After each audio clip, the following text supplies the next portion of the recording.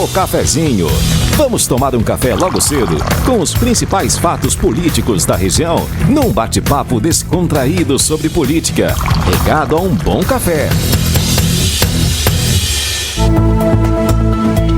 Então, Mário Flávio, muito bom dia, seja bem-vindo ao Jornal da Cidade para a gente falar de política. Bom dia, Laís, ouvinte da nossa Rádio Cidade, né, para a gente tomar aquele café aí e falar da política, né? Isso. Que é dinâmica. Ô Mário, eu queria que a gente começasse nessa edição do cafezinho falando sobre o quantitativo de votos que cada partido tem que ter para eleger um estadual ou um federal. É muito voto, né? É muito voto, Laís, porque para aqueles que não acompanham a política, né, como a gente que vive aí o tempo todo nisso, né, cada partido agora é que elege os candidatos. Acabou aquele negócio de coligação partidária para deputados estaduais e federais, como foi na eleição de vereador, né? Não tem mais. Então, cada partido vai eleger aí o deputado dentro da própria legenda. Um exemplo, para que o ouvinte entenda melhor. O PSDB de Caruaru, por exemplo, não sei se você lembra que filiou de uma vez só 11 vereadores na última eleição. E aí, né, os vereadores foram para o chamado Chapão. E aí, quando esse pessoal foi para o Chapão, acabou que não deu para todo mundo entrar, né? Só 7 foram reeleitos e aí 4 acabaram sobrando. É a mesma situação agora. Então, para que um partido eleja um deputado estadual, serão necessários de 85 a 90 mil votos aí, para cada deputado. E um federal, essa conta aumenta mais ainda. São 190 mil votos. Então, é uma conta muito difícil, né, que vai complicar a vida de alguns parlamentares. Por exemplo, vamos começar aqui pelo Cidadania e pelo PSDB. Daniel Coelho vai ser o puxador de votos. No entanto, Daniel Coelho praticamente ele ficou sozinho aí no partido para atingir esse coeficiente de 190 mil. Então, Daniel Coelho nas nossas contas, né, a gente que avalia aí política, ele vai ter cerca de 100 mil votos, mas ele tem que, os demais candidatos com ele tem que ter aí mais 90 mil votos para eleger ele. Então é uma conta dificílima, porque um candidato que o pessoal apostava ter de 30 a 35 mil votos era o Guilherme Coelho, acabou saindo para estar ao Senado. Situação parecida com a Daniel Coelho está o MDB e o PDT.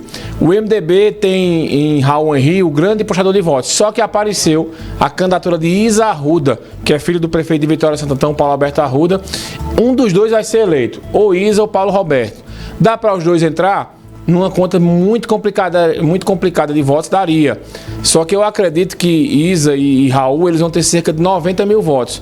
Então, os dois, se tiverem isso, mais ou menos cada um 90 mil, daria 180 mil. Então, eu elegeria um. Então, vai o que tiver mais votos.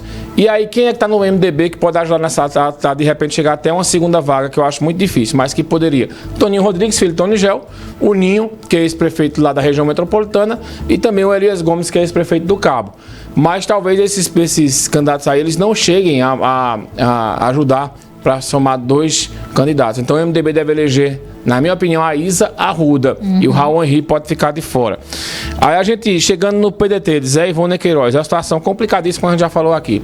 Ivone praticamente ficou sozinho no PDT. Então ele aposta que o Dr. Sidney, né, que é um candidato que tem raízes em Gravatá, em Bezerro, Sidney Ribeiro, que é um médico, ele possa aí de repente chegar a fazer 30, 40 mil votos e de repente ajuda Ivone nessa conta.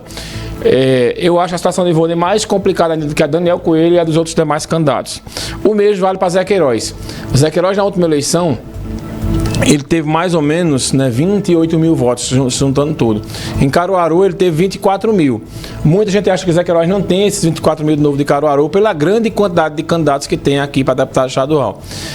O problema também não é esse. Sim, para federal, o Vônia também tem Isabela de Roldão. Acabei esquecendo que é a vice-prefeita do Recife, que pode ajudar nessa conta aí. Então, para Vônia, hoje o caminho seria até menos espinhoso, né, para ele chegar ao coeficiente. Mas para Zé Queiroz é uma situação complicadíssima, porque Zé não tem um Isabela de Roldão, Zé não tem um Sidney Ribeiro para ajudar nessa conta aí para chegar a 90 mil votos. Então ele vai ter que, para Zé Queiroz ganhar essa eleição, ele tem que sair de Caruaru com 30 mil votos, o que eu acho muito difícil. Também essa conta, ela vale para Túlio Gadelha, que estava no PDT o ano passado, na eleição passada foram eleitos ele e Volney, só que nessa eleição os dois se separaram. Volney ficou no PDT e Túlio Gadelha foi para a Rede. A Rede fez uma federação com o PSOL. O problema é que justamente só tem o Túlio Gadelha que teria muito voto. Essa federação da Rede do PSOL. Aquela Robianci, né, que é uma candidata trans das juntas, saiu para ser candidata federal, mas eu não acredito que ela vai ter muito assim necessário. Túlio Gadelha deve, se ele repetir a votação que ele teve passada, ele teve 75 mil votos, então ele teria que ter mais ou menos uns 100 mil, então eu sei que esses outros candidatos aí tivessem mais ou menos uns 90 mil votos, eu acho muito difícil. Então veja quantos nomes fortes a gente tem aí que deve ficar fora da próxima eleição. E são mandatos importantes. Se você avaliar, por exemplo, o mandato de Ivone Queiroz para Caruaru, é extremamente relevante a quantidade de verbas e emendas que ele traz. Ah, mas ele é praticamente um petista, né? Ele está no PDT de Ciro Gomes, mas ele pede muito voto defende muitas bandeiras do PT. Tem muita gente que critica a postura ideológica do Volney, mas a gente não vai discutir aqui a quantidade de emendas que ele traz para a cidade. Quem não gosta dele por uma questão ideológica é uma coisa. Agora, o problema também é a quantidade de deputados federais. Sabe quem seria hoje, se a gente fosse analisar friamente, quem seria o candidato com mais chances de reeleição a deputado federal? Fernando Rodolfo. Eu vou explicar por quê. O PL, que é o deputado, que é o partido do Fernando Rodolfo, ele deve eleger 3 deputados federais. Quem seriam na ordem esses 3 deputados federais? O André Ferreira, que é irmão do Anderson Ferreira, que ele é candidato de ter 200 mil votos. Então ele sozinho ele já estaria eleito. O pastor Eurico, que também é uma figura bastante votada no meio evangélico, tem os votos da Assembleia de Deus. Então esses dois sairiam praticamente eleitos e abririam uma terceira vaga, que seria puxada por esses dois também pelos votos do Anderson Ferreira. Então Fernando Rodolfo, de repente, ele poderia chegar com 40 mil votos e ser eleito. O problema é ele chegar a esses 40 mil votos. Por quê? A entrada de Dilson Oliveira no jogo político aí para deputado federal, ela deu uma mexida nesse tabuleiro e tira muito voto do Fernando Rodolfo. Tira voto um pouquinho de cada um, se as pesquisas estão mostrando. Então, Laís, Fernando Rodolfo, se ele se articular bem fora de Caruaru, que ele fez, o problema hoje de Fernando Rodolfo é Caruaru. Ele teve 28 mil votos na eleição passada e as pesquisas estão mostrando que ele está com muita dificuldade para manter esses 28 mil votos. Mas, na teoria, seria o cara que estava mais perto de se reeleger para federal por causa do partido, que vai eleger 2 ou 3. Né? E Dilson Oliveira, ele tem chance? Tem. Agora é uma situação talvez a mais difícil de todas. Por quê? Por causa da concorrência dentro do partido dele. A campanha de Dilson Oliveira vem chamando a atenção pelo volume que ela vem ganhando e pelas pesquisas internas que o pessoal vem fazendo.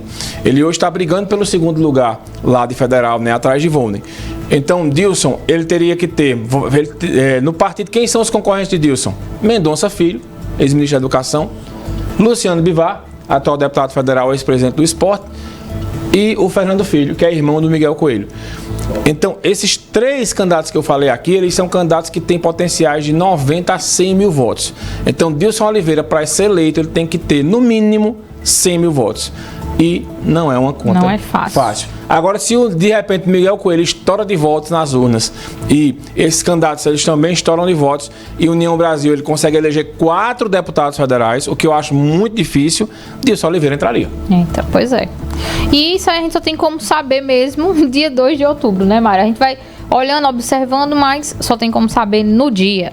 Bom, Mário, hoje a gente tem mais uma entrevista da sequência das sabatinas com os vices a governo, né? Hoje a gente recebe Priscila Krause no Manhã Cidade. Priscila Krause, que é a vice aí da candidata Raquel Lira, né, vem bater um papo com a gente, né, hoje. Ela é uma figura que tem muito conteúdo, entendeu? A Priscila Krause, ontem, e eu confesso que eu estou surpreendido com a entrevista de ontem, da Isabel Urquiza, que é a vice do Anderson Ferreira. Entrevista muito boa, bastante conteúdo, né? Eu não conhecia a Isabel Kiss, nunca tinha entrevistado ela, já entrevistou ontem ela e surpreendeu. Priscila Krause a gente já conhece, né? Com certeza vai ser uma entrevista muito boa de conteúdo. Mas a Isabel Kiss até agora me surpreende nas entrevistas. Então, às 10 horas, tem a Priscila Krause participando da sabatina com as candidatas a vice-governadora. Mais uma mulher. A gente só entrevistou mulher aqui, né? Porque o único homem, que é o Sebastião Oliveira, não veio. Pois é. E que é o vice de Marília Reis, né? Aliás, Marília Reis e a candidatura de Marília Reis, ela meio que não tá dando meio as costas pro interior, se confiando só na região metropolitana, que eu acho um equívoco. E às 11 horas, o professor Marco Aurélio, ele segue entrevistando, sabatinando aí os candidatos a deputado. Hoje ele recebe o Mendonça Filho, que é candidato a deputado federal do PS, do União Brasil. Então hoje aqui, uma manhã, também é muito conteúdo, porque o Mendonça Filho também é um candidato que tem muito o que falar, né? Foi ministro, foi deputado federal, foi governador, foi vice-governador, e aí ele vai ter muito isso para falar. Pois é, mas eu não vou me despedir de Mário, porque a gente encerra o assunto de política agora e vai falar de futebol.